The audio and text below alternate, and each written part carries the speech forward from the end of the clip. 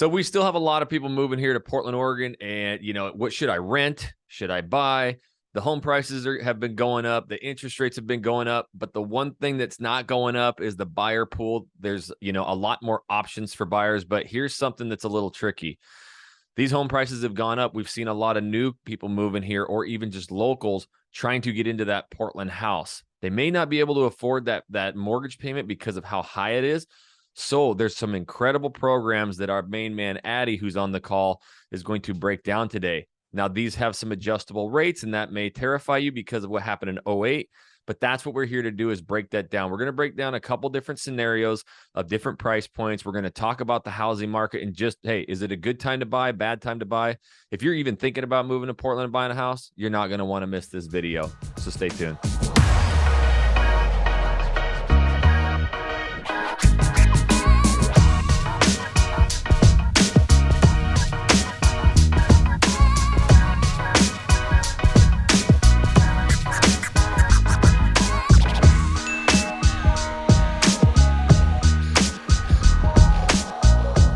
What's up, everybody? I'm Jackson Wilkie. When do you go? Jesse Dow. Addy Ned. That's right. We're the Living in Portland, Oregon team. If this is your first time to this channel, you want to learn everything about what it's like to work, eat, sleep, live, play, and should you buy a freaking house right now, make sure you tap the subscribe button, click the bell so you're notified every time we do a new video. And we do honestly get so many phone calls, emails, texts every day from people moving, relocating here, and we absolutely love it. So thinking about moving Portland or Vancouver, Washington, give us a call, shoot us a text, send us an email, days, nights, weekends. We got your back when moving to the Portland Metro. I'm going to kick it off with you, Addy, first, because you have the programs. Now, everybody watching this, you're going to want to stay tuned to the very end, because that's where we're going to break down this housing market and what we truly think. We're going to be brutally honest. That's what we are. We're not here to sell anything, nothing. We want to be, the real estate agents and the lenders that are there to answer your questions. So good or bad, we're here to tell you. First and foremost, Addy, someone's coming. Let's just put the purchase price at $500,000 for this example. For your example, Jesse, everything. What are these clients typically looking at? Obviously, we don't have to go into exact payment, but what are some of the issues some of these first-time home buyers are having, and the new programs that you are rolling out? Yeah, so I think if we're using 500, that's in our market, that's going to be your entry level home, and likely one of the most competitive price points. Regardless of high interest rates or low interest rates. It's important to know, based on what you can get qualified for, right, and what your financial comfort level is, you need to understand what kind of bracket you're falling into as a buyer, because it's really easy to be like, oh, rates are super high, Jackson, this is the time to buy, let's go. But if you have so many contingencies of, I got to be in the best school district, I need to be at a cul-de-sac, the perfect home, you might have a different experience trying to buy a home, right? So flexibility is always great. Generally speaking, though, right now, it is a buyer's market. There's a lot of opportunities out there that we haven't seen since pre-pandemic years.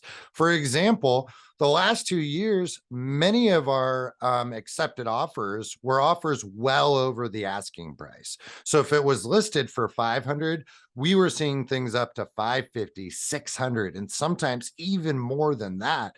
And buyers were having to spend additional money out of their pockets to purchase over asking offers. So what happens now, Jackson? Well, we're not seeing the over ask. We're seeing homes sitting meaning 7, 14, 21, even 30 days in some instances. So when we present an offer, we have a little more leverage as a buyer to hopefully reduce the out-of-pocket cost for the person buying the home, and then maybe do some things to structure the mortgage so that the payments for the first year or second year are lower than the full rate payment. And this is something that's really hit our market in the last couple of weeks and becoming super par for the course. So real quick, Jesse, before you get into, some of these scenarios, he just said some of these houses are sitting 7, 14, and even 30 days. Now, we're creatures of today's standards. So before pandemic, and even now, what does 30 days on the market of a house sitting mean? Is that healthy? Is it good? Is it bad? What does that mean? Yeah. So the way that the real estate market is measured is what they call months of supply. So if people are saying 30 days of supply, that means it's taking for the absorption rate based on the pool of buyers that houses are if we were to stop listing homes today, every house on the market would take 30 days to sell out. So when it's below 4 months, that's still what we deem as a seller's market. 4 to 6 is what they call a balanced market, and 6 and above is a buyer's market, which we haven't had a buyer's market since 2011, 2012. So it's been quite a long time. And even pre-pandemic, we were actually just where I was like in the inventory levels to be, which was like in the high 2s, low 3s. So typically what, people think when the house is on the market for, 10 days now, they're like, oh, something's wrong with the house. Well, it's all based on time on market. So even when we're selling real estate, what we talk to the sellers about is time on market. So if we say it's, the average time on market right now is 30, that means it's taking us 30 days to get an accepted offer. And then you can go in and see exactly the list to close ratio. So how much it's listed for, how much it's getting accepted for in closing. And typically it's right at the 100% mark. Like that is a seller's biggest goal, is to sell their house for at least list price. And sometimes people see these homes that are sitting and they are first time on the weekend, they want to go in and drop a low offer, and a lot of times that just doesn't work. Well, a lot of people here in this Portland, Southwest Washington market are listing anticipating a request for closing costs. Yeah. So let's say they know, oh my gosh, I want to sell it for 400. My closing costs might be $10,000 to $15,000. They are listing at 410 or 415, anticipating the buyers to be asking for something. Almost like the last 4 to 5 offers we just got accepted. These are the conversations that we're having. Like myself, all the agents, whoever's representing on our team calls the selling agent, and we dig into that. And it's a huge percentage where we're like, yeah, we're expecting you to ask for about 10 G's in closing. Yeah. They're expecting it now. So, okay, Jesse, I'm going to let you take this a little bit about like closing cost breakdown, but I want to be like the client moving here, right? So I'm moving to Portland and I'm talking to you, Jesse, and the real estate team. And I'm like, look, I'm buying a house, 500, 600,000, whatever I get, kind of pre-approved, or at least that I feel comfortable with a budget. But man, those interest rates are 7%. They used to be 3. So why wouldn't I just wait until the home prices drop? Are the home prices going to drop, or why wouldn't I just wait till the interest rates drop? Because that's 6-7% right now compared to what it was a year ago. It seems like a ton. Yeah, and every situation is unique. And the one thing I love that Addison has built is a custom spreadsheet. I know it sounds kind of like Office Spacey, or the TPS report. I need my stapler. But the fact is, we build out all the different scenarios of what works best. Then you can kind of like pick and choose your own adventure. But the thing is what we saw last year was rates really low, right? So we had very little inventory and really low interest rates, because the government didn't want people to go into foreclosure. So they're offering everyone to refi. And then people took advantage of that and went out and bought, because, everybody was work from home. So it created a massive frenzy. So as inflation's happening, they're jacking up the rates to combat inflation. And it's, the people that are putting in the applications, which Addie can probably contest to this, we haven't even discussed this, but what I'm reading is that it's all very high qualified borrowers. So the people that are still buying are, and the closed contracts are very well qualified borrowers as well. So typically people, when they have money, they're buying no matter what markets they are. So the thing that I see happening is rates going back down and it becoming a big frenzy back into the market. And we're going to go back into multiple offers where people are putting, waiving appraisals, waiving contingencies, waiving inspections, spending $50, $100, $200,000 over list price, buying into negative equity. And, personally, I love opportunity. And the reality is am I willing to spend an extra couple $100 a month for a higher mortgage, knowing that down the road I can most likely refinance and get a lower rate? Or there is some other programs where you can get a lower interest rate today. And we can talk more about that. So the way that I personally look at it is I say, okay, if the rates were 3% last year, 6% this year, every 1% is approximately $300. This is the measurement I use. It might not be accurate for everybody. So I say 900 extra bucks a month right now for this year versus last year. So take 12 months of the next 12 months of mortgage. That's an extra $900 a month, 12 months. That's almost $10K. So am I willing to risk spending $10,000 extra for the next 12 months to not have to worry about going into a battle when rates come back down? Me personally, I am willing to take that risk. Now, it might not work for everybody, but the thing is, I know that when house prices are dropping 1% a month, and what everyone says, and the Feds, talks about this, and the housing economists, which the housing economists are just a grain of salt. What I would take it with a grain of salt, because every year they predict a market crash. There's a pool of economists they pull. 30% say it's going to crash, 30% say it's going to be stable, and 30 say it's going to go up, and then 10 are undecided. Yeah. So you don't really know where to go with this information. You just know based on historical trends, what has really gone on with the housing markets and things like that. So when I see a 1% drop in depreciation or value, and we've seen a 60% increase in the last 2 years, that was a massive run up due to low interest rates and low inventory. Well, we still have low inventory. Now we have higher interest. So what I see happening is we don't see this massive amount of homes coming on the market. This is what can mistake a lot of people. When you see the inventory levels rise, why is it rising? Is it because we're getting new listings, or is it because the buyer pool is dropping? Mm-hmm. And the same thing happened when COVID hit, is we saw a lot of buyers pull out of the market. And we also saw a lot of homes get pulled off the market, which changed all the inventory levels quickly. Now we're seeing a lot of buyers wait. Mm-hmm. That's automatically going to increase your inventory levels, right? Applications in, that's all that stuff changes things. So when you talk about how are things being inflated, how is inventory levels coming up? It's not all this amazing new inventory. Yeah. And this is the problem that we're going to run back into, because we have 13 million millennials that are pre-approved, prime, ready to go buyers in the wings, waiting to buy a home. They haven't been able to buy for the last 2 years because it's been a battle zone, and we don't have the homes available for them.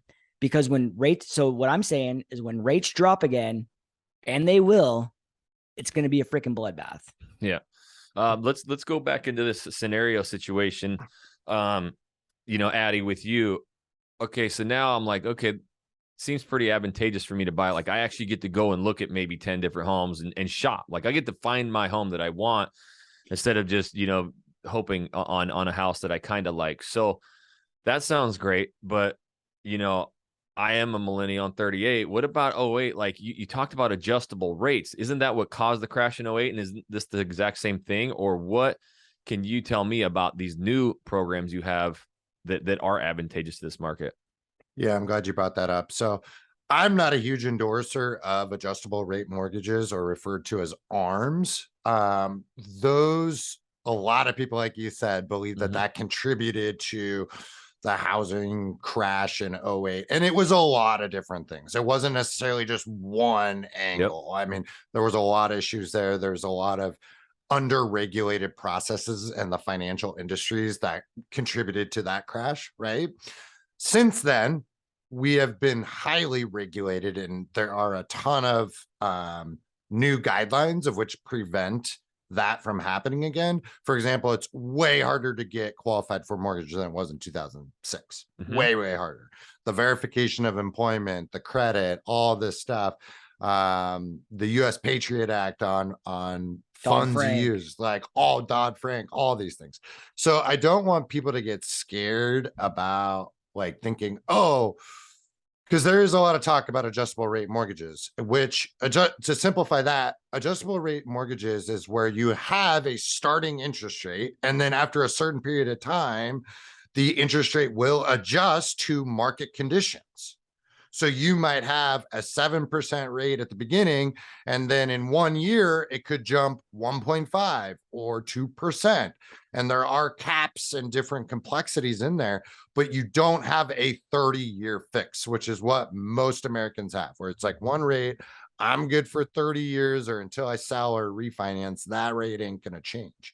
But what the trend we are seeing now is something that's totally different, but people get it confused. It's called a seller paid buy down. So this is a way for a seller to essentially pay the interest portion of the buyer's home for a certain amount of years. 1 to 2 is the most common. So you, as the homeowner, would have a very reduced payment year 1, a slightly reduced payment year 2, and then year 3, you have the full payment, right? And it continues for the rest of the 30 years. Now, the strategy here for you is like, okay, great. I get a little bit of a break, and I'm depending on the fact or predicting the fact that I will likely refinance this loan in the next 2 to 4 years. So I'm hoping that I never have to make that full payment, right? Right. Yeah. And so what I'm gathering from this, again, I want to play the client.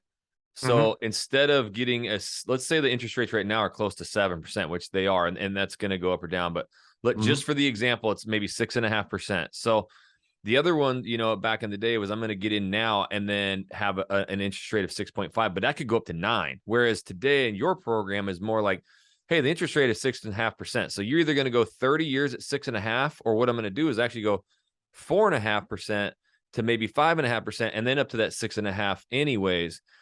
So if the interest rates do go up, I still will be at that 6.5. But if they go down, like Jesse's talking and a lot of agents think, Right. I have that chance to refi, but I'm never going to go above that 6.5, which is today's interest rate, right? Right. Exactly. Yeah. And the one thing I want to add to that is, when people always say like, well, how can you say the rates are going to go down? Well, the one thing that I do know is that when you look at how much interest rate costs are costing you today to buy down, the number is significant. So you can always buy points down as a borrower, but typically it could be 1% of the total loan value. Well, today it's like 1.6, 1.75, and it's extremely high. So what does that tell me? It tells me that the banks and the Fed knows that borrowers are going to refi really quickly. Now you're seeing because they know rates are going to come down. This is a political move. This is caused by inflation, a lot of different things. But you're also seeing massive institutions now say, hey, within 2 years, we will allow a free refinance. The one thing I love about Addison's programs as well in their bank is they have a refi program built in to their loans, because a lot of banks, what they do is you get a loan with the bank, and then 2 weeks later, you get a notification that they sold your loan to another bank. Well, at Addison's bank, they service the loan. So when the rates drop, they notify you directly and say, hey, rates have came down 2%. It might be worth taking a look at refinancing. And here's the other thing. A lot of people are always scared about all of these things, and I totally get it. I was scared too when I first got into it. But the one thing that I had to remember, and as a real estate professional now, is the average person, and this isn't a small pool of people, this is almost everyone, buys and sells every 7 to 10 years. So when you talk about people are like, oh, I don't know if I should take a adjustable rate mortgage or do all these different things. I have an adjustable rate mortgage on my primary residence right now, and it's a 10-year locked in for a certain percentage, and then it can go up or down at that 11th year. So for me, I'm like, I am not going to own this house in 10 years. Right. And I don't know what's going to happen in 1 year with the real estate market. It could drop, it could go up, it could go down. And I'm not a magical storyteller. I don't know, have a lamp I can rub and tell you what the future is. Sure. But what I can tell you is that in 5-10 years, your house is going to be worth more then than it is today. Well, so, can I just jump in really quick? Because I think from our experience of the hundreds of people we've helped relocate from all over the country and the world, right? The last 2 years have been this eBay bidding environment. Like, go higher, I'll go higher. Like, there's a deadline, more, another 10 G's, another 100 grand over. And there were a lot of people out there like, I just don't want to play in that environment, right? Yeah. I don't want to deal with it. That's not how I process information. To Jackson's point, they want to have the weekend to go home and think about it, right? So guess what? We now have this new environment of all the people that sat on the bench, now want this environment, but then they're like, oh God, the rates, I don't want this. So you can't have it both ways. Now, for me and my wife, our personal primary residence, what we did was we bought in a high interest rate market 3.5 years ago. It was 5 point something%. But guess what? There was no one looking at the home we wanted to buy. We got a net $35,000 under list.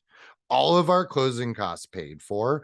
I had an extremely high payment for the first 18 months. It was like $3,700 a month all in. And then I refied down to the 2s, and it's washed out to $2,350 a month. So for me to just get an amazing deal, less money out of pocket, no appraisal gaps, and just eat it for 18 months was totally worth it. And the home has now appreciated over 6 figures. There's no way I could have saved $100,000 in my savings account in 18 months, Mhm. 3 years. I can't do it. So at some point, whether you want to play in the crazy market or the more buyer inviting market, there's going to be some sort of fear because you can't time the rate and the chaos. You can't run through the windmill. Well, it's just a proven statistic that the masses typically don't make the best decisions. Like when everyone's going this, and especially in today's day and age, because what is everybody basing their news or their information off of is headlines. Sure. So I read these reports every day, and if you look at the headlines, they look catastrophic. But when you actually read what's in there, it's normal. And it's what we should be expecting. But the one thing I want to add to Addison's statement is the place that I'm loving to hunt right now is in the new construction world.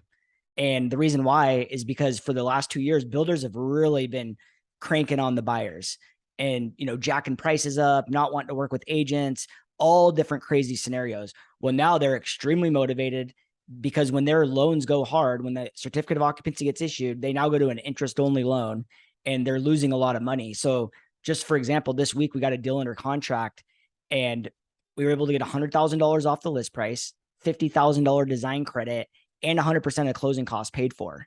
So, and this isn't like an uncommon scenario. This is happening time and time again with these developers. Yep. That's a really good point. Yeah. And you'll see like what I'm talking about with these, hey, year 1, year 2, lower payment. You see builders come up with the craziest like advertisements now. Cause to Jesse's point, they're stuck. You know, the demand's way down. They've built the home. They're most likely paying their own interest on the cost to build that home. And they got to get this off their balance sheet. They got to sell. They got to figure it out. So you'll see a lot of these promotional deals from builders. And Jackson, I just want to make a point that if you see those, it seems like it's special to the builder. We can all structure these mortgages or the financing to whatever they have. There's no miracle promotional thing. Most lenders can offer the same thing. And it's very important to be represented by us, agents, and a different lender, because it might all sound good, great, and grand, but in the end, the builder's running a business and that builder is looking out for their own best interest, not you as a homeowner. Yep. We just actually had a client under contract on a new construction and had some issues. And the builder, we couldn't, this person lost their job, and the builder, reminds me of 08. This is an 08 move right here. This builder is like, we'll buy her points down. We'll do this. We'll do that. All these things, like trying to force this client into the purchase. And we're like, and Addison had to send a letter of denial. And we're like, look, our client doesn't have a job. There is no way she's buying this house. And then they threatened to sue her and all these things. And it's like, that's crazy. That's insane. And this is the thing. And if she was being represented by that builder, it's no doubt in my mind that they would be doing everything in their power to give her a loan for that house. Yep. So real estate advisors, we're the real estate and lender doctors, man. That's it. So it's not our job to sit there and sell you on this stuff. It's really to just advise you on the current market, on the current situations, and if it's advantageous or not. Some of these calls we have, they may be waiting, 6-12 months. It's not, but there is a lot of people taking advantage of this market right now while everybody's going crazy. So really what you have to do, and the only way we can help you, is to reach out to us. So you got to send us that email, call, text, days, nights, weekends. We got your back when moving to Portland and Vancouver. And until our next video, guys, we'll catch you later.